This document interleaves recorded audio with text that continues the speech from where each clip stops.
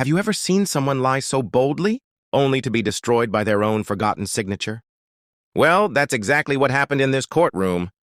It all began when Mr. Carter, a quiet carpenter from a small town, poured his heart and soul into building a handcrafted gazebo for the community park. He spent late nights cutting, sanding, and shaping wood, sometimes even working by lantern light. The townsfolk admired his dedication, but not everyone shared that respect. Enter Richard, a loud, arrogant man who always craved recognition without ever lifting a finger. When the gazebo was finally unveiled, Richard marched right into the mayor's office, claiming, "I built this with my own 2 hands. If the town wants to honor someone, it should be me." The town was stunned. Mr. Carter, being humble, didn't even want to fight.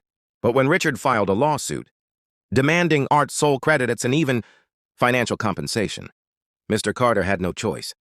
They ended up in court. The courtroom was packed. On one side sat Richard, dressed in an expensive suit, smirking with confidence. On the other sat Mr. Carter in his simple work shirt, nervously holding his worn cap in his hands. Richard spoke first, loudly declaring, "Your Honor, I built that gazebo by myself. Every nail, every beam, my sweat built it." The gallery murmured in disbelief. But Richard smiled, thinking he had convinced them. Then it was Mr. Carter's turn. He didn't shout, he didn't argue. He simply handed the judge a folder of documents, blueprints, material receipts, and photos of the build. But the most important piece was tucked. Inside, the wooden plaque that had been fixed to the gazebo's frame since the beginning.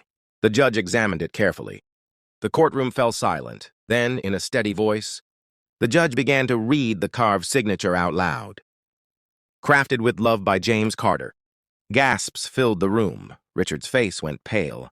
He had completely forgotten that Mr. Carter always signed his work, not for fame, but to leave a part of himself in it. That single carved signature carried more truth than all of Richard's loud words combined. The judge turned to Richard and said firmly, "You not only lied to this court, but you tried to steal another man's labor and pride." Case dismissed. The crowd erupted into applause. Mr. Carter's eyes welled with tears, not from victory, but from the relief of having his honesty proven. And Richard? He slouched in his chair, humiliated, his false pride shattered in front of everyone. As Mr. Carter left the courthouse, townsfolk gathered around him, shaking his hand, thanking him for giving their community a place built with real love and hard work. And that's the lesson here. You can lie, you can boast, but the truth always leaves its signature. So, what do you think? Would you have stayed quiet like Mr. Carter or spoken up sooner? Let me know in the comments.